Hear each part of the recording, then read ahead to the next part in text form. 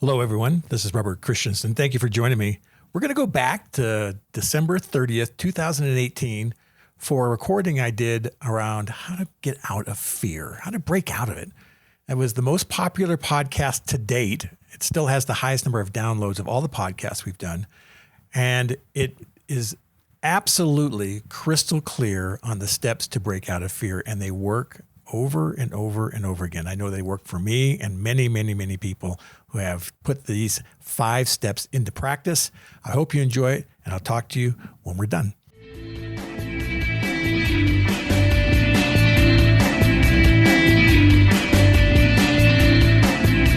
Welcome to the Motive for Life radio show. This is Robert Christensen, your host. Thank you for joining me. And as usual, and every day, I'm here to talk about and help you elevate your own worthiness and advocate for yourself in a way that lets people understand that you value yourself at a deep level, and that value translates into helping them, those that you engage, elevate their worthiness. Because as the human race elevates our collective worthiness, the world gets better. This is my mission. I hope it's your mission too. Thank you for joining me. And today, we're going to talk about how to break out of fear.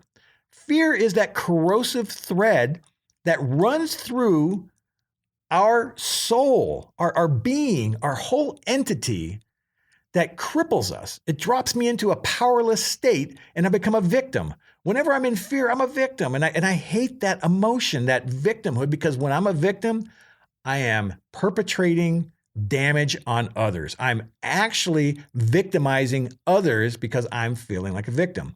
Let me give you for example. Whenever I've gotten into an argument with my wife, which if you may notice, I had the reasons why not to do that in a previous podcast, it's a race to see who's the biggest victim first. When I argue with them, I always say or have the emotion of, you make me feel blank, and fill in the blank about reason why that other person didn't validate me, hurt me, did something that offended me. Pick a topic, but I am the biggest victim in this relationship, and I'm looking for them to acknowledge that I'm the biggest victim. And what happens is because I'm the biggest victim, I am in turn victimizing them. And I'm taking and stealing energy from them. But at the core of all that is fear. Fear is what's making me feel like a victim. And I hate that feeling. Doesn't work for me. And plus, people avoid you. They don't promote you. They slowly move you out of the business that you're in. No one wants to buy from you. Victims just repel people. And they often don't see it and they don't know how to deal with it. But one leading indicator that knows that you might be in it is that you have a lot of fear.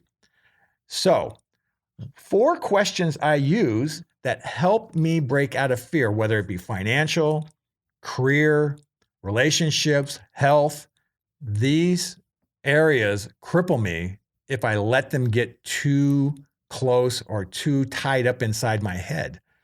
Okay, so the first question I ask when I'm looking to get out of fear is the situation true?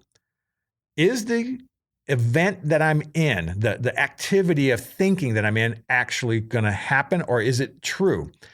Now, I know so many people who go and get physical exams about their health, and they're waiting for the results. You have to be a pretty exceptional human being not to get in fear when you are anticipating some medical diagnosis. It's really hard, and everybody handles it differently. My wife is one of those people who seems to handle it better than most. And what she does is she says to herself, I don't freak out until I know the truth. And what she's really saying, I don't do anything that's emotionally damaging until I understand if it's true. Now, that has been a really great example for me to watch and to use in my life and to decide. This is really what it boils down to decide and to act as if everything is good until I know otherwise. Until it's true, I cannot really ground myself into any further action. Now, I can anticipate things. I can say, what's the probability of this happening? And the more I tend to focus on a negative outcome, guess what? That outcome tends to happen more often. If I focus on the positive outcomes, I usually have the positive results. When we're going through a health issue or we have a financial burden that's coming up, or a relationship that might be falling apart and we don't know how to stop it, that's some deep fear and it's hard to do. But if we can pull back and ask ourselves, is this true? Is it true now? I at least have the basis by which I can establish some actions going forward and give myself a little bit of breathing room to at least decide, can I err towards the side of being happy? Can I go towards that direction of being happy, which is, it's not true? Or do I make a choice of going into the unhappy area of believing the outcome is going to be a negative one? This is a choice. And when we raise our worthiness, we tend to go towards the positive outcome as opposed to the negative one, because I'm making a choice to be happy as opposed to a choice to worry. So is it true is such a key piece of that decision. Okay, our number 2 question of how to break out of fear is this an old story? Am I replaying an outcome or a story that has happened to me, but overlaying it to the current situation? When I work with people who have a high sense of abandonment, meaning that, let's say, a father or mother were absentee when they were young and they didn't feel care and love for, and that carried over into their adult life, they often will bring that old story of abandonment into the current relationship and cause a series of arguments that eventually drive the person away, thus recreating that old story and putting it into today, because that fear of being abandoned causes them to regurgitate that old story. Moreover, that old story often is habitually played out in multiple situations over a period of months and years, that they don't seem any way to get out of it. There doesn't seem to be any way for them to get out of that story. I have learned that a lot of my survival instincts as a child, emotional protection of myself, I ended up carrying into my adult life, and they don't serve me anymore because they're childlike protections. They can be rather emotional and very quick to anger. These were things that I had to get a hold of early on if I wanted any career advancement. And getting control of my emotions and having a level response that was full of compassion and understanding, these were things that were super important for my advancement in business. However, I can't do that when I'm racked in fear, and the only thing I know how to do is to replay an old story that I think is what's actually happening. But in reality, I've overlaid this story and I'm going to anticipate an outcome, and that outcome has generated fear and I'm locked in it. Now I'm emotional. Nobody wants to be around me. People want to get away from me. They have that initial smile, compassion, and then they split. That is not what I want. I want to be transparent enough that people can say, hey, have you considered this? You look like you're going through this process because of X, Y, and Z, and I might be replaying or repeating an old story in my life. That's some deep stuff, and so we have to be aware of what that looks like. Am I going back and regurgitating an outcome and anticipating that, and it's got me locked in fear?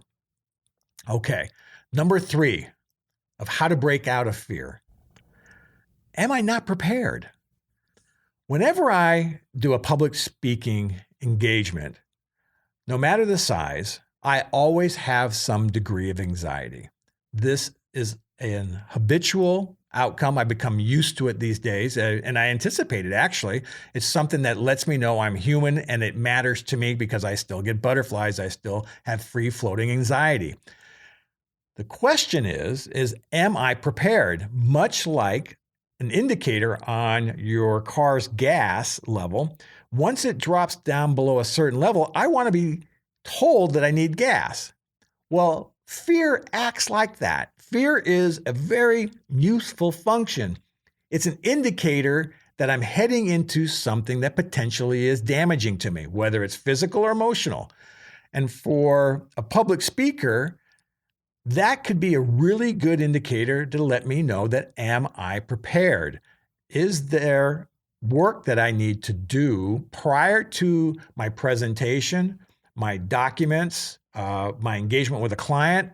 You name it, that preparation is key to determine if I am prepared to move into that, and the fear is the indicator of it. Now, if I've taken all of the necessary actions to prepare for that event, I can ask myself that honestly. Have I prepared enough? And I know what it takes to prepare for public speaking. So if I haven't, though, that fear is a nice indicator to remind me, am I prepared? Have I done the work? And only you can ask that question of yourself. Are you prepared? Okay, the last question of how to break out of fear. What of this situation can you control? For most of us, we feel powerless and in fear when we believe we have no control, that we're not empowered. We lack the ability to take action and to do something that's going to benefit us. The number one thing I can change, what I can control, is my attitude. How I look at a situation dictates my emotions. There's no other way around it. If you choose to see a situation as positive, you will feel positive. Even if everything around you is telling you it's negative, if you choose and make a decision that this is a positive thing, then you will feel better. There are extreme examples of this happening in human history. Viktor Frankl's book, The Man's Search for Meaning, has got numerous examples of where people chose to be happy while in the concentration camps.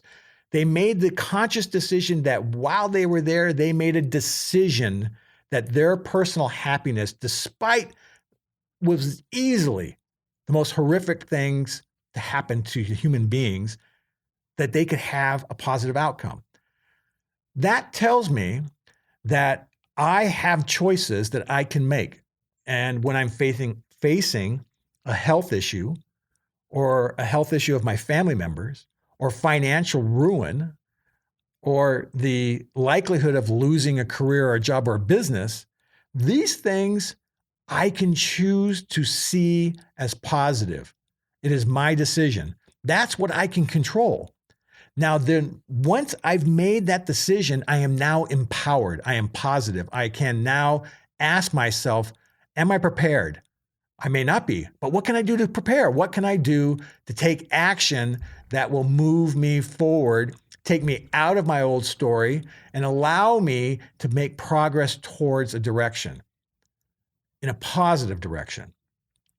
If you are in fear right now and you are locked up, I get it. I understand. I know how it feels to have massive financial insecurity on you. I know what it feels like to wonder if your child's going to die.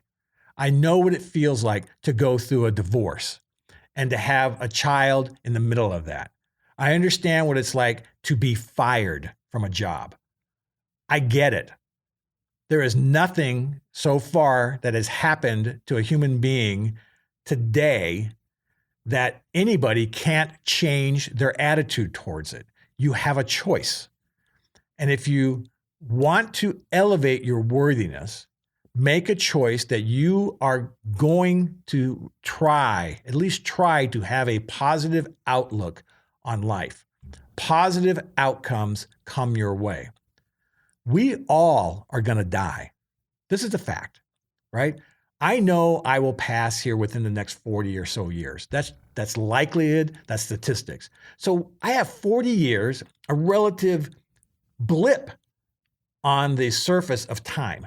It's insignificant, but it's my time. It's my years.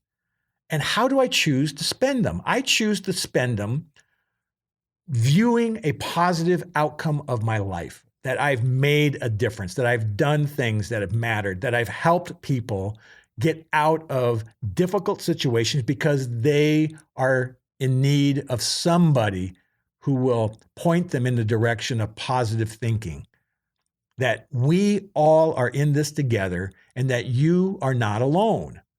I understand. So what can you do to change it? Just for today, put a smile on your face. Just move the muscles upwards so that you feel the emotion of joy in your life. You may have crushing fear on you right now, but the one thing you can change is your attitude. How do you see the world? And if you slip back into a bad attitude or that fear gets a hold of you and you feel powerless in your life, just put a smile on your face and say, I am choosing to be happy. The outcome of this is going to be the outcome of it. I have no control over the situation, the people, places, or things in my life right now, and I am choosing to view them as positive. It is your choice. So how do we break out of fear? We make a choice. We make a choice to ask ourselves, is this true? If it's false, then I have to ask myself, what story am I bringing to this to try to make it true? What power am I releasing inside me that's making it true and giving me an old story? If I can find the old stories and get rid of them, boy, that's a great process to go through. Am I prepared? If I'm not prepared for what's happening, then I need to go do some work. This is something that I can do. I can take action towards my preparation. And the last one is, what can I control? I can control my attitude. I control my behavior. I can control my emotions. I want to be positive in the face of negativity. I want to be a solution when everybody else is making a problem. I hope that you are able to transcend the fear that you're in and go to that next level and value your own body, your mind, your soul, and your connection with other human beings. This is Robert Christensen with Motive for Life and our radio show. Thank you for joining me. We're heading into this new year, 2019, and I am so excited to be here with you as we move into new areas to change our life. Thank you for joining me. Take care. Bye-bye. That's it. Thank you for joining me. Please, please, please subscribe and join the community on your favorite podcasting station. Leave a comment. I'd greatly, greatly appreciate it if you left a comment and a review if you felt like it. Thank you so much for joining us. We'll talk to you next time. Bye.